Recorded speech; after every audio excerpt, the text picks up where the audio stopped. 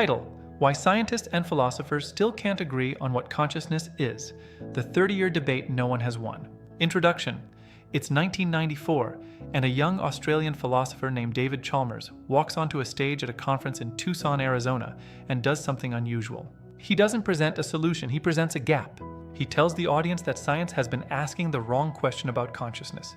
We can, he says, study how the brain processes visual information, integrates memories, generates language, controls attention. Those are hard problems, sure, but they are solvable in principle. Map the right circuits, run the right experiments, and we will eventually have answers. But there is a second question that none of that work touches. It is not how the brain processes the color red.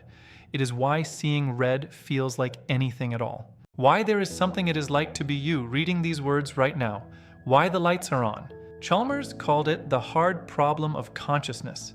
The paper he published the following year, Facing Up to the Problem of Consciousness, in the Journal of Consciousness Studies, became one of the most cited and argued over papers in the history of philosophy of mind. 30 years later, a 2020 survey by PhilPapers found that 62% of professional philosophers accept the hard problem as real, and the debate among the remaining 38% and across the broader scientific community is still very much alive. Today we are looking at 3 genuine positions in that debate. Each one has serious thinkers behind it. Each one changes what consciousness means. Perspective 1. The illusionist view. The hard problem is a trick of the mind. Before Chalmers gave the problem its name, a philosopher named Dennett had already decided there was no such problem. Dennett published Consciousness Explained in 1991, 3 years before Chalmers' Tucson talk. The title alone announced the combative stance. Where Chalmers saw an explanatory gap, Dennett saw a conceptual confusion. And the confusion, in Dennett's view, came from taking our own inner reports too seriously. Here is the core of his argument. When you say that the redness of red has some irreducible felt quality, some inner glow that no physical description captures, you are doing something that feels like reporting a fact. But Dennett argues you are actually performing a kind of cognitive routine, a self-monitoring process the brain runs that generates a story about having inner experience. The story feels certain from the inside, but that certainty is not evidence that qualia, those felt inner qualities Chalmers builds his argument on, actually exist as a distinct non-physical layer of reality. Dennett's term for this is heterophenomenology. We take people's reports of their inner lives seriously as data, but we do not assume those reports accurately describe a special non-physical realm. The brain, on this view, produces the illusion of a rich inner theater, but the theater has no actual stage. There is, in Dennett's 1991 framework, no single place in the brain where it all comes together, no Cartesian theater, just parallel processes generating a narrative that the system then takes to be its own experience. Critics of Dennett's view, including Chalmers himself, have pressed what they call the illusionist's dilemma. If experience is an illusion, who is being fooled? An illusion is still an experience. Something still feels like something.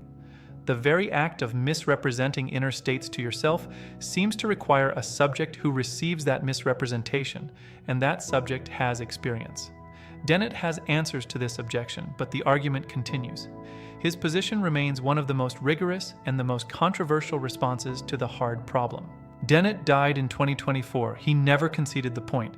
If this kind of honest, no-holds-barred exploration is what you want more of, subscribing means you won't miss what we look at next.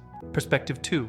The neuroscience reframe, a real problem with a different answer. Not every scientist who takes consciousness seriously agrees with Chalmers' framing. Some think the hard problem is real, but that Chalmers has pointed us in the wrong direction for an answer. Anil, Seth, a neuroscientist at the University of Sussex and author of Being You, published in 2021, proposes what he calls the real problem of consciousness as distinct from Chalmers' hard problem. Seth agrees that subjective experience needs explaining. He disagrees that it requires stepping outside neuroscience to do it. Seth's central idea is that the brain is not a passive recorder of the world. It is a prediction machine.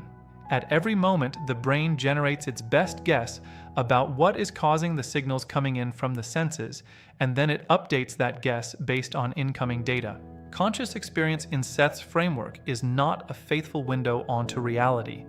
It is a controlled hallucination, the brain's best predictive model of what is out there and in here. That last part matters. When Seth says, in here, he means the body. Our sense of being a self, a continuous bounded I, is itself a prediction the brain runs to manage its biological survival. The feeling of being you is, on this account, the brain's model of the organism it is running. It is real as a process. It is not a mirror of some deeper metaphysical truth. What makes Seth's view compelling is that it connects to testable science. Predictive processing frameworks, developed by researchers like Carl Friston at University College London, have generated productive experimental predictions about how the brain processes sensory information, how it handles uncertainty, and how its predictions can be thrown off in conditions like psychosis or altered states. Psychedelic research, which has expanded considerably in recent years, has offered new windows into what happens when the brain's predictive models collapse, and the results broadly fit the predictive processing picture. The honest question Seth's framework faces is whether it actually solves the hard problem or sidesteps it. Even if we fully understand how the brain generates predictions and models itself, the question of why any of that modeling is accompanied by felt experience rather than proceeding in the dark without any inner light at all seems to remain. Seth acknowledges this tension. He argues the real problem of mapping which physical processes correlate with which experiences is tractable and productive, even if the hardest version of the hard problem remains unresolved. Perspective 3. The panpsychist turn. Consciousness all the way down. Here is where the thinking shifts most dramatically. Philosopher Philip Goff, in his 2019 book Galileo's Error, starts not with Chalmers, but with Galileo Galilei. When Galileo established the foundations of modern science in the 17th century, he made a methodological choice that Goff argues has haunted us ever since. Galileo decided that science would study the quantitative properties of the world, its measurements, its mathematical relationships, and explicitly set aside the qualitative, the colors, the smells, the felt textures of things. That exclusion was a practical move that made modern physics possible, but it also, Goff argues, locked consciousness out of the scientific picture from the start. If you define physical science as the study of things stripped of their inner qualities, you should not be surprised when science cannot account for inner qualities. That is not a failure of science. It is a consequence of its founding assumptions. Goff calls this Galileo's error. His proposed solution is panpsychism, the view that consciousness, or at least some elementary form of inner experience, is a fundamental feature of reality, present at every level of the physical world, not just in brains. Electrons do not think, but they may have some minimal version of inner being, something it is like, however faint, to be an electron. And complex consciousness, like ours, arises when simpler forms of inner being combine and organize into the intricate structures of a nervous system. The appeal of this position is that it dissolves the hard problem rather than solving it. If consciousness is fundamental, you do not need to explain how it arises from non-conscious matter. It was never absent. The question shifts to how simple forms of experience combine into complex ones, which Goff calls the combination problem, and he acknowledges it is genuinely difficult. Critics, including Seth in a 2021 paper titled "The Real Problem with Panpsychism," argue that panpsychism exchanges one mystery for another. The combination problem may be just as intractable as the hard problem it was meant to replace. And there is no experimental evidence that electrons have experience, but Goff's counter is that this is precisely what you would expect if science has been designed from the outset not to see inner qualities. The absence of evidence is not, on his account, evidence of absence. Panpsychism is not a fringe view. It has been seriously defended by Goff, by Chalmers himself in some of his later work, and by philosopher Galen Strawson.